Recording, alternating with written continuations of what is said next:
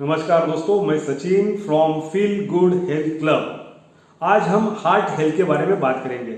आपके मन में सवाल आया होगा कि सचिन जी आप कार्डियोलॉजिस्ट है क्या? दोस्तों मैं क्लियर करना चाहता हूँ, मैं कार्डियोलॉजिस्ट नहीं हूँ, मगर bypass surgery, high cholesterol level, उसके बाद में angiography, angioplasty, heart attack, stroke, ऐसे ये जो वर्ड से इन्फ्लुएंस जो लोग रहते हैं वो लोग एज अ पेशेंट कार्डियोलॉजिस्ट की तरफ पहुंचते हैं। और ये सब कार्डियोलॉजिस्ट उनकी ये इमरजेंसी डेंजरस सिचुएशन से बाहर निकालने के लिए ही बिजी रहते हैं। और ये सभी कार्डियोलॉजिस्ट का ये जरूर मानना है उनके पेशेंट्स ये कंडीशन में पहुंचने के लिए जो भी डिफरेंट रीजंस है उसमें से दो मेजर रीजन यानी वो पेशेंट्स के लाइफस्टाइल में कुछ ना कुछ गड़बड़ियाँ और वो पेशेंट्स के खान पीन के आदतों में कुछ तो भी गड़बड़ियाँ। और ये सब कार्डियोलॉजिस्ट का ये भी मानना रहता है उनके यहाँ ट्रीटमेंट लेने के बाद भी ये लोगों को उनके इम्प्रूव्ड लाइफस्टाइल पे काम करना पड़ेगा, उनके खान पीन के आदतों के ऊपर काम करना पड़ेगा। तो ओवरऑल ये सब एक्टिविटीज ये जो लाइफस्टाइल में इम्प्रूवमेंट करना है, खान पीन के आदतों में इम्प्रूवमेंट करना है और इसका पूरा ओवरऑल इफेक्ट हमारे हार्ट हेल्थ के ऊपर कैसा होगा, इसके लिए जो गाइड करने वाले हैं, मदद करने वाले हैं, उन्हें वेलनेस कोच कहा जाता है। और ये वेलनेस कोच का काम करने का ही हम काम कर रहे हैं और उसी दायरे में ये हार्ट हेल्थ के बारे में डिस्कस करने के लिए आपके सामने आया है।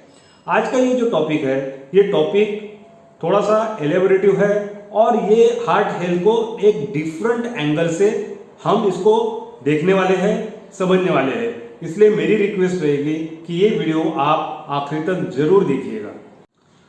अब ये हार्ट हेल्थ या हार्ट डिसीज ये वर्ड सुनते बराबर हमारे दिमाग में कोलेस्ट्रॉल यानी high cholesterol level in the body ये दिमाग में आ जाता है। मगर कोलेस्ट्रॉल या इसके बारे में ये हाई कोलेस्ट्रॉल लेवल यानी क्या, ये हमें कैसे पता चलेगा? तो हमारा जो लिपिड प्रोफाइल टेस्ट रिपोर्ट जो रहता है उसमें ये रेंज मेंशन की हुई रहती है। तो जनरली ये कोलेस्ट्रॉल लेवल 200 यूनिट के नीचे रहेगी तो ये नॉर्मल है, 200 टू 240 ये रेंज में रहेंगे तो थोड़ा सा अलार्मिंग है, और 240 के ऊपर यदि चली जाती है तो इसे हाई रिस्क जोन में गए ऐसा कहा जाता है और immediate further course of action medical treatment के बारे में सोचना पड़ जाता है। तो दोस्तों ये कोलेस्ट्रॉल की नॉर्मल लेवल है, ये पहले से इतनी थी क्या, इसको हमें जरूर समझना पड़ेगा। 1972 के आसपास यदि ये कोलेस्ट्रॉल की लेवल 320 भी रहेगी तो भी इसे नॉर्मल कहा जाता था। मगर धीरे धीरे ये समझ में आया कि जो लोगों की कोलेस्ट्रॉल लेवल ज़्यादा रहती है उनके हार्ट अटैक के चांसेस काफ़ी ज़्यादा बढ़ जाते हैं। इसीलिए ये जो रिवाइज कोलेस्ट्रॉल की लेवल है ये जो हमने अभी जो डिस्कस की वो कोलेस्ट्रॉल लेवल फिक्स हो गई है। और आगे धीरे धीरे ऐसे भी पता चला कि ये जो कोलेस्ट्रॉल है इसमें दो टाइप के कोलेस्ट्रॉल रहेंगे। एक यानी गुड कोलेस्ट्रॉल, गुड कोलेस्ट्रॉल यानी क्या, एचडीएल। दूसरा है बैड कोलेस्ट्रॉल, उसका मतलब क्या, एलडीएल। अब ये एचडीएल गुड क्यों है और एलडीएल बैड क्यों है? जो एलडीएल कोलेस्ट्रॉल है जो हमारा ब्लड का जो पाइप है, ये जो ब्लड का पाइप है ये पाइप के अंदर वाले सरफेस में चिपक जाता है। वो चिपकने के कारण ये ब्लड का जो फ्लो है इसको रिस्ट्रिक्शंस क्रिएट हो जाता है और ये रिस्ट्रिक्शन के कारण हमारे हार्ट के ऊपर लोड आता है। इसलिए ये एलडीएल हमारे लिए अच्छा नहीं है ऐसा बोला जाता है और इसको बैड कोलेस्ट्रॉल कहा जाता है। फिर एलडीएल को गुड कोलेस्ट्रॉल क्यों कहा जाता है? ये एलडीएल को फ्लश आउट करने के लिए वो मदद करता है, इसलिए एलडीएल को गुड कोलेस्ट्रॉल कहा जाता है।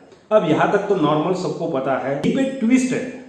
यानी सबसे पहले हमें यह समझना है कि ये कोलेस्ट्रॉल हमारे शरीर में क्यों बनता है और ये कौन बनाता है।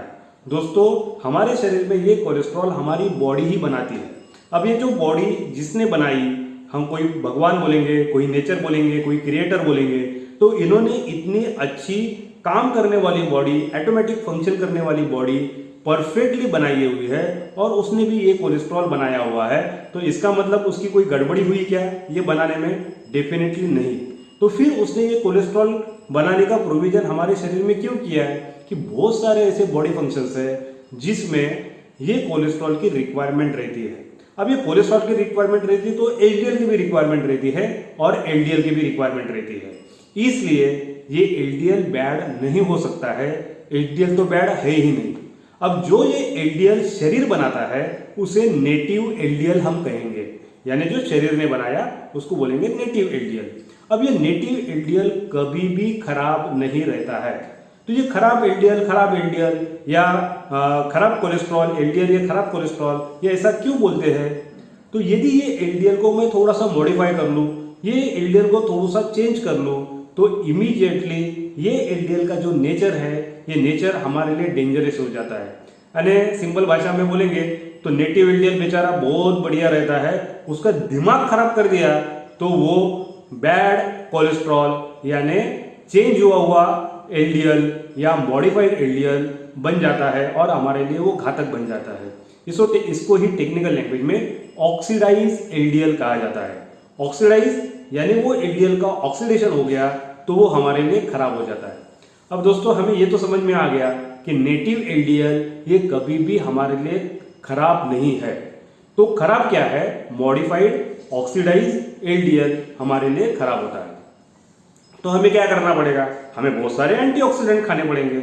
एंटीऑक्सीडेंट किस में से मिलेंगे? हमारे फूड में से ही मिलेंगे। तो यदि हम हमारे फूड में से बहुत सारे एंटीऑक्सीडेंट लेना चालू कर देंगे तो अल्टीमेटली होगा क्या कि ये जो एलडीएल है जो ऑक्सीडाइज होने वाला था उसको ऑक्सीडाइज होने से हम रोक लेंगे तो ये एलडीएल हमारे लिए बैड एलडीएल कभी रहेगा ही नहीं। उसको जो अच्छे अच्छे काम हमारे शरीर में करने हैं वो नॉर्मली वो करते रहेगा। तो हमें ध्यान देना है ये एंटीऑक्सीडेंट हमारे खाने में से हमारे शरीर में कैसे जाए, और साथ ही साथ वो एंटीऑक्सीडेंट है उसको जो न्यूट्रिएंट सपोर्ट करते हैं, ये न्यूट्रिएंट भी हमारे फूड में से कितना अच्छे तरीके से शरीर में जा सकते हैं, इसके ऊपर हमें ध्यान देना है। तो ये भी प्रूव हो चुका है क्या, करीब करीब 2000 तक यही स्टडी चल रहा था कि यदि कोई व्यक्ति ज़्यादा एंटीऑक्सीडेंट उसके खाने में से लेता है तो उसका हार्ट अटैक का रेट ड्रास्टिकली रिड्यूस हो जाता है। और 2000 के आसपास ये दोबारा एंडोर्स किया गया और आज तक यही थ्योरी चल रही है। तो हमें सबको ये ध्यान में रखना है कि बहुत सारा एंटीऑक्सीडेंट और ये एंटीऑक्सीडेंट को सपोर्ट करने वाले न्यूट्रिएंट हमारे फूड में से कैसे जाए। हमने ये कहा था कि ये हार्ट हेल्थ को हम अलग एंगल से सोचने वाले हैं। तो heart disease is nothing but inflammatory disease. Heart disease और कोलेस्ट्रॉल इसको ध्यान में ना रखते हुए, इसको बाजू में रखते हुए हमें हार्ट डिसीज ये इन्फ्लेमेटरी डिसीज कैसे है इसको जानना है। अब ये इन्फ्लेमेशन यानी क्या, इसको थोड़ा सा समझना पड़ेगा। इन्फ्लेमेशन यानी हमारे बॉडी ने दिया हुआ रिस्पॉन्स, कौन सी चीज को दिया हुआ रिस्पॉन्स, जब उसके ऊपर कोई भी अटैक होता है, कोई भी आघात होता है। फॉर एग्जाम्पल एक मच्छर आया, उसने मुझे यहाँ पे बाइट किया, तो बाइट करते बराबर यहाँ पे फूडी जैसी आ जाती है।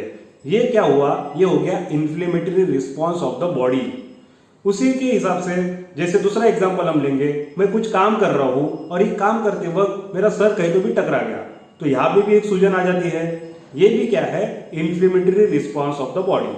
अब ये अटैक बॉडी के बाहर से हुआ, इसलिए ये इन्फ्लेमेटरी रिस्पॉन्स बॉडी के बाहर में आया।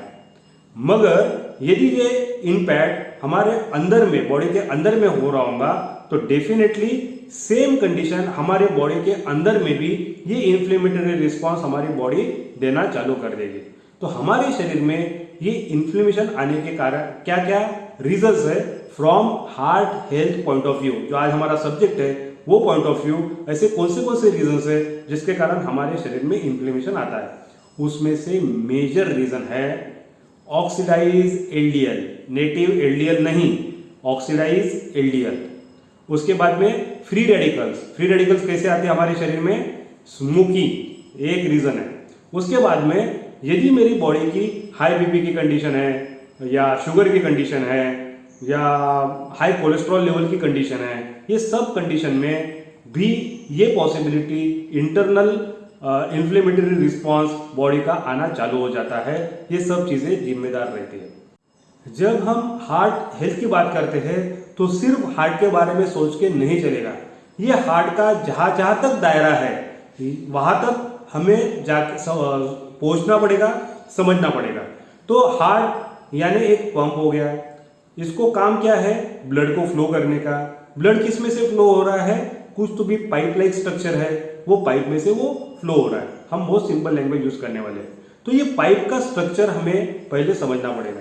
ये जो पाइप का जो स्ट्रक्चर है, ये उसके अंदर वाले एरिया में इंटरनल पोर्शन पे एक पतला सा थीन लेयर रहता है। अब ये लेयर को बोला जाएगा एंडोथेलियम। ये जो लेयर है इसको एंडोथेलियम बोल रहे हैं। ये एंडोथेलियम वर्ड हमारे ध्यान में नहीं रहा तो भी चलेगा, मगर एक पतली सी सेंसिटिव एक थीन लेयर रहती है, ये हमें ध्यान में रखना है। और ये जो पाइप है ये एंडोथेलियम या पतले से थीन लेयर के नीचे, यानी ये पाइप का आउटर पोर्शन, ये एक मसल लेयर का बना हुआ है। इसको भी हमको ध्यान में रखना है। और ये जो पतली लेयर है और ये मसल की लेयर है, उसके बीच में एक पतली सी छोटी सी स्पेस रहती है, उसे सब एंडोथेलियल स्पेस, यानी एंडोथेलियम के नीचे वाली और मसल के ऊपर वाली, ये बीच में जो स्पेस है इसको बोलेंगे सब एंडोथेलियल स्पेस। अब ये वर्ड भी हमें याद रखने की जरूरत नहीं है, मोस्ट हैपनिंग प्लेस, ऐसा हम इसको ध्यान में रखेंगे। अब आप कहेंगे कि यार ये सब बातें क्यों कर रहे हैं, तो ये हार्ट डिसीज, ये इन्फ्लेमेटरी डिसीज है, ये समझने के लिए ये पॉइंट्स हमें ध्यान में रखना जरूरी है। अब जो हमारे शरीर में एलडीएल बन रहा है, जहां पे भी लीवर में बन रहा है, तो वो सिर्फ लीवर में काम करेगा क्या? नहीं, उसको बॉडी के अलग अलग पोर्शन में जाके काम करना रहता है। और ये एलडीएल जो है ये खुद होके ट्रैवल नहीं हो सकता है। इसको ट्रैवल करने के लिए कुछ तो भी एक व्हीकल चाहिए। तो ये एलडीएल वो व्हीकल के ऊपर बैठ जाएगा और ये व्हीकल हमारे शरीर में अलग अलग पोर्शन में उसको लेके जाएगा, इधर लेके जाएगा, उधर लेके जाएगा, उधर लेके जाएगा, फिर वापस उसको अपने ओरिजिनल जगह पे भी छोड़ देगा। अब ये खुद एलडीएल तो कर नहीं सकता है, उसको एक व्हीकल चाहिए। ये व्हीकल को हम बोलेंगे मोनोसाइट।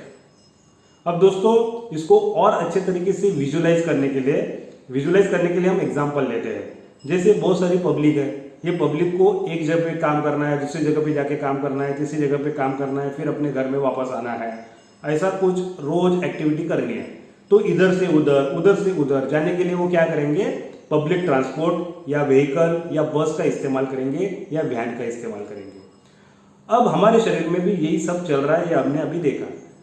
और सपोज यानी ये जो पब्लिक इधर से उधर जा रही है और आराम से अपना खुद का काम कर रही है और ये नॉर्मल तरीके से चल रहा है, मगर ये पब्लिक का दिमाग खराब हो गया, यानी कुछ राइट्स हो गए, कोई दंगा फसाद हो गया, तो ये पब्लिक का दिमाग खराब होने के बाद ये क्या करेंगे? ये वल्नरेबल बनेंगे, कुछ तो भी नुकसान करना चालू कर देंगे, कहीं तो भी आग लगाना चालू कर देंगे, ऐसे कुछ तो भी होते रहता है, हमने देखा है। तो दोस्तों इस कंडीशन में गवर्नमेंट क्या करती है? तुरंत वहां पे बहुत सारी व्हीकल भेजती है, वो व्हीकल में उनको उठाती है, पटकती है और उनको फिलहाल के लिए कहीं छोड़ती नहीं है और लोगों को पैक करती है। जो भी वल्नरेबल एलिमेंट्स है उनको ठूस ठूस के वो व्हीकल में भरते जाती है और उनको कहीं छोड़ती भी नहीं है, लॉकअप करके रखती है। अब ये लोग जो है, ये जब व्हीकल में बैठेंगे वहां पे भी शांत बैठने वाले हैं क्या? नहीं, वो व्हीकल को भी अंदर से खराब करने का प्रोसेस चालू कर देते। एग्जैक्टली हमारे एलडीएल, नेटिव एलडीएल के बारे में यही हो जाता है। जो हमारा नेटिव एलडीएल है, इसका मतलब जो पब्लिक यानी नेटिव एलडीएल, ये जो व्हीकल यानी मोनोसाइट, और ये व्हीकल में जो पब्लिक बैठ रही है, यानी इसका मतलब ये एलडीएल वो मोनोसाइट में जाके बैठ रहा है।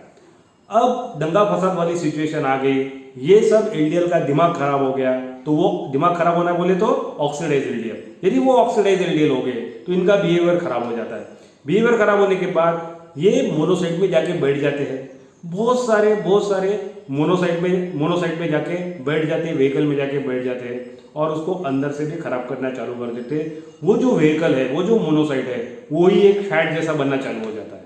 अब ये फैट जैसा बन गया तो वो फोम जैसा स्ट्रक्चर उसका बन जाता है। फोम जैसा स्ट्रक्चर बनने के बाद धीरे धीरे ये जो फोम है, हमारा जो एंडोथेलियम लेयर की जो हम बात कर रहे थे, ये एंडोथेलियम लेयर के ऊपर जाके चिपक पे बैठ जाता है और ये चिपकने के कारण वहां का थिकनेस बढ़ जाता है। हमारा ब्लड जो फ्लो हो रहा है उसको रिस्ट्रिक्शन क्रिएट होना चालू हो जाता है। ये भी एक तरीके से नॉर्मल प्रोसेस है जो हमें समझ में आ गए, मगर रियल प्रॉब्लम इसके बाद में स्टार्ट होता है। अब रियल प्रॉब्लम इसके बाद में स्टार्ट होता बोले तो ये जो डिपोजिशन होता है, जो फोम सेल का डिपोजिशन होता है, फोम लाइक स्ट्रक्चर का अंदर से, पाइपलाइन के अंदर से एंडोथेलियम के ऊपर जो डिपोजिशन होता है वो पहला अटैक होता है एंडोथेलियम के ऊपर। अब जब एंडोथेलियम के ऊपर अटैक होता है तो वहां पे इन्फ्लेमेटरी रिस्पॉन्स आता है। इन्फ्लेमेटरी रिस्पॉन्स आया तो बॉडी कुछ ना कुछ टू बी करेक्टिव एक्शन के लिए वहां पे मोनोसाइट भेजती है। फिर वहां पे क्या होता है, वहां ऑक्सीडाइज एलडीएल रहता है। ये ऑक्सीडाइज एलडीएल वो मोनोसाइट में जाके बैठ जाते हैं। ये मोनोसाइट फिर फोम जैसे स्ट्रक्चर में कन्वर्ट हो जाता है, फिर वो वहां पे डिपॉजिट हो जाता है एंडोथेलियम के ऊपर। अब वो एंडोथेलियम के ऊपर डिपॉजिट होने के कारण क्या हो गया, फिर वहां पे इन्फ्लेमेटरी रिस्पॉन्स आता है, फिर इन्फ्लेमेटरी रिस्पॉन्स, फिर मोनोसाइट में ऑक्सीडाइज एलडीआर बैठना, फिर वो डिपॉजिट होना, ये एक विशियस साइकिल चालू हो जाती है। इसे कहा जाता है chronic inflammatory response of the body. और ये हमारे हार्ट हेल्थ के लिए डिस्टर्बेंस लाने के लिए, गड़बड़ियाँ लाने के लिए पहली स्टेज है।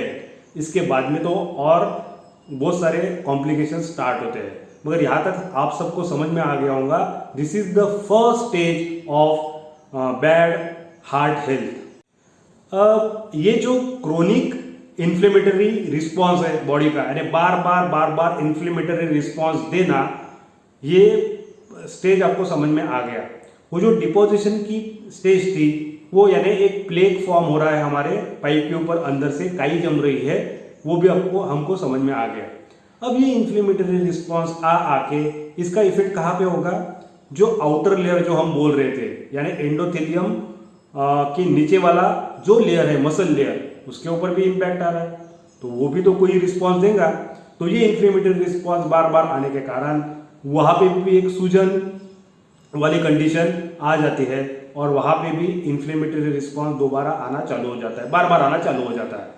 अब ये इन्फ्लेमेटरी रिस्पॉन्स के कारण क्या होता है, ये जो फ्लेक्सिबल स्ट्रक्चर जो रहता है लेयर का, ये धीरे धीरे हार्ड बनना चालू हो जाता है। ये हो गई सेकंड कल्प्रिट वाली स्टेज। अब क्या हो गया, पहले तो ऑक्सीडाइज एलडीएल फोम सेल में कन्वर्ट होकर डिपॉजिट हो गया, और क्रोनिक इन्फ्लेमेटरी रिस्पॉन्स में हमारी बॉडी चली गई। क्रोनिक इन्फ्लेमेटरी रिस्पॉन्स में बॉडी जाने के कारण दूसरा प्रॉब्लम क्या हुआ कि ये जो पाइप है जिसमें फ्लेक्सिबिलिटी थी, वो फ्लेक्सिबिलिटी भी खत्म हो गई और वो एक हार्ड पाइप बन गया। यानी कल एरिया ऑफ फ्लो कम हो गया, क्रॉस सेक्शन एरिया कम हो गया, हार्ट के ऊपर लोड आ गया। ऐसे वक्त ये जो पाइप थोड़ा सा फ्लेक्सिबल था वो भी थोड़ा सा हेल्प कर रहा था, मगर ये फ्लेक्सिबल पाइप भी अभी हार्ड बनना चालू हो गया। यहाँ पे दूसरा प्रॉब्लम चालू हो गया। अब तीसरा प्रॉब्लम क्या होता है कि ये जो एंडोथेलियम है, ये एंडोथेलियम किस में एंगेज रहेगा, उसके ऊपर अटैक हो गया, इंजरी हो गया, खुद को रिपेयर करने के प्रोसेस में वो खुद एंगेज रहता है। अब जब वो खुद के रिपेयरिंग प्रोसेस में ही एंगेज रहता है, तो उसके जो main function normal body condition में जो उसको फंक्शन करने हैं, वो फंक्शन उसके थोड़े से धीमे होना चालू हो जाता है। उसमें से मेजर उसका फंक्शन क्या रहता है एंडोथेलियम का, एक मेजर फंक्शन उसका ये है कि वो एनो रिलीज करते रहता है। जब एनो रिलीज करना उसका कम हो जाएगा तो वहां पे क्या हो जाता है, और एक प्रॉब्लम क्रिएट होना चालू हो जाता है। तो हमारे जो प्लेट सेल्स है, जैसे एनो की लेवल कम हो गई तो प्लेट सेल्स वहां पे मूव करना चालू कर देते हैं उस एरिया पे। अब उस एरिया पे जब ये जो प्लेट सेल्स है वहां पे जाना चालू हो जाती, तो उसके ऊपर और वो खुद का डिपोजिशन करना चालू कर देती। वो प्लेट के ऊपर या जो वैक्स वाला जो फिल्म था उसके ऊपर ये प्लेटलेट्स भी है, वो भी जाके बैठना चालू हो जाती है। और ये सब डिपोजिशन का प्रॉब्लम और एग्रीवेट होते जाता है, क्रॉस सेक्शन एरिया कम होते जाता है, पाइप भी हार्ड होते गया। ओवरऑल ये बहुत बड़ा बैड, अल्टीमेटली ये एक बैड रिजल्ट करके सामने आता है। अब इससे होगा क्या, 50% केसेस में ये जो प्लेक है, ये डिपोजिशन है, ये रप्चर हो जाता है। जब ये रप्चर हो जाता है तो वहां पे इमीडिएटली रप्चर होने के बाद ब्लड और ब्लड का क्लॉटिंग, ये इमीडिएट एक्शन चालू हो जाती है। जब ये ब्लड का क्लॉटिंग होता है तो हमारे ब्लड फ्लो को रेस्ट्रिक्शन आ जाता है। ये रेस्ट्रिक्शन आने के बाद यदि वो हार्ट के तरफ जा रहे होंगे तो हार्ट अटैक, और यदि वो वेन या जो पाइप है वो ब्रेन की तरफ जा रहा होगा तो ब्रेन स्ट्रोक। ये दोनों चीज़ों के ऊपर बेसिकली असर होता है। तो अभी यहाँ तक हमें ये भी समझा कि नेटिव एलडीएल गड़बड़ नहीं है। एलडीएल यदि ऑक्सीडाइज हो जाता है, चेंज हो जाता है, मॉडिफाइड हो जाता है तो वो गड़बड़ करता है। ये एलडीएल गड़बड़ होने के बाद हम एक क्रोनिक इन्फ्लेमेटरी रिस्पॉन्स में हमारी इंटरनल बॉडी फंस जाती है और ये इसके कारण जो पाइपलाइन है, ब्लड की पाइपलाइन है, वो भी हार्ड होना चालू हो जाती है। वो हार्ड होना तो चालू हो गया, साथ में एनो का रिलीज कम हो जाता है। एनो का रिलीज कम होने के कारण प्लेटलेट्स इंजुरी वाले पोर्शन के ऊपर आके चिपक जाते हैं और जब ये प्लेक रप्चर हो जाता है तो वहाँ पे क्लॉटिंग हो जाता है, क्योंकि वहाँ पे ऑलरेडी क्लॉटिंग वाली प्लेटलेट्स जमा रहती है। तो वो क्लॉट कहीं पे भी अटक जाता है, हमारे पूरे पाइपलाइन के फ्लो में हर्डल बन जाता है और हार्ट अटैक या स्ट्रोक की कंडीशन आ जाती है। अनफॉर्चुनेटली ऐसे कोई भी सिम्टम्स नहीं है कि जो ये सब का इंडिकेशन हमें दे। तो हमें सिर्फ इतना ही जानना है कि ये जो इन्फ्लेमेटरी रिस्पॉन्स में हमारी बॉडी गई, एलडीएल ऑक्सीडाइज एलडीएल बना, ये सब कंडीशंस को रोकने के लिए एंटी इन्फ्लेमेटरी को सपोर्ट करने वाले न्यूट्रिएंट हमारे खाने में से कैसे जाए, इसके ऊपर ही हमें ध्यान देना है। अब आपको ये भी समझ में आया होगा कि जो पेशेंट्स वो कार्डियोलॉजिस्ट की तरफ पहुंचते वो ये कंडीशन में पहुंचते और ये कंडीशन जब तक ये रप्चर प्रोसेस नहीं होता है तब तक वो पेशेंट्स को भी, वो पर्सन को भी ये पता नहीं रहता है कि उसके शरीर में ये सब चीज़ें हो रही है। तो इसके लिए उसके पास एक ही सोल्यूशन है कि हमारी ओवरऑल हेल्दी लाइफस्टाइल बनाए और हेल्दी लाइफस्टाइल बनाते वक्त हमारे खाने पे खान पान की आदतें ऐसी रखनी पड़ेगी जिसके कारण ये एलडीएल ऑक्सीडाइज एलडीएल में कन्वर्ट ना हो, और इसी के लिए वेलनेस कोच मदद करता है। तो अभी हमारे खाने में से जो एंटीऑक्सीडेंट मिल रहे हैं या उनको सपोर्ट करने वाले न्यूट्रिएंट कैसे हेल्प करते हैं इसको समझेंगे। अब ये विटामिन ई का नाम आपने सुना होगा, तो ये विटामिन ई हमें ये सब कंडीशन में बहुत मदद करता है। अब ये विटामिन ई बेसिकली करता क्या, ये है फैट सॉल्युबल न्यूट्रिएंट। अब ये विटामिन ई जब हमारे शरीर में जाता है, एलडीएल के पास जाता है, तो एलडीएल में ये घुल मिल जाता है, क्योंकि एलडीएल ये फैट है तो ये एलडीएल में घुल मिल जाता है, उसके साथ वो कैरी होना चालू हो जाता है। यदि ये एलडीएल के साथ विटामिन ई साथ में रहता है तो वो कभी भी ऑक्सीडाइज नहीं होता, उसको ऑक्सीडाइज होने से वो बचाता है। अब ये जो एलडीएल है जब ये ब्लड फ्लो में जब रहता है, पाइपलाइन के अंदर में जो ब्लड है, ब्लड के अंदर में जब रहता है वो ऑक्सीडाइज होने के चांसेस ड्रास्टिकली जीरो रहते हैं, ड्रास्टिकली कम रहते हैं, जीरो के बराबर रहते हैं। क्यों? क्योंकि ये ब्लड में बहुत सारे एंटीऑक्सीडेंट प्रेजेंट रहते हैं। अब ये एंटीऑक्सीडेंट प्रेजेंट होने के कारण वहां पे उसको ऑक्सीडाइज होने का सवाल ही नहीं है। मगर ये ऑक्सीडेशन जो प्रोसेस है, यदि ये एलडीएल सब एंडोथेलियल स्पेस यानी एंडोथेलियम के जस्ट नीचे वाली स्पेस में यदि चला गया तो वहां पे एंटीऑक्सीडेंट की बहुत सारी कमी रहती है, और वो जब कमी रहती है तो उसको ऑक्सीडाइजेशन का प्रोसेस फास्ट हो जाता है, और उसको वहां से यदि बचाना है, ऑक्सीडाइजेशन से बचाना है, तो विटामिन ई यदि उसके साथ में रहेगा तो ये विटामिन ई उसको ऑक्सीडाइज नहीं होने देता है।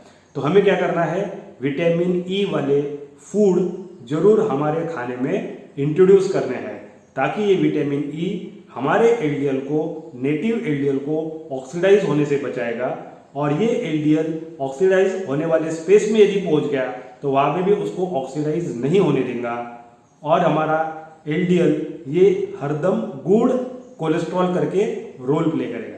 अब इसके बाद में विटामिन ई तो हमें समझ में आ गया, मगर एक विटामिन सी भी आपने सुना होगा, और बहुत सारे लोगों ने या आपने कोविड के दिनों में ये जरूर देखा है कि विटामिन सी लेनी चाहिए, वो इम्यूनिटी बूस्टर है, हमारे ओवरऑल हेल्थ के लिए काम करता है। तो ये विटामिन सी भी ये कंडीशन में हार्ट हेल्थ के लिए हमें जरूर मदद करता है। वो कैसे मदद करता है? विटामिन सी ये वाटर सोल्यूबल है, यानी ये ब्लड में इजीली फ्लो हो सकता है, मिक्स हो सकता है।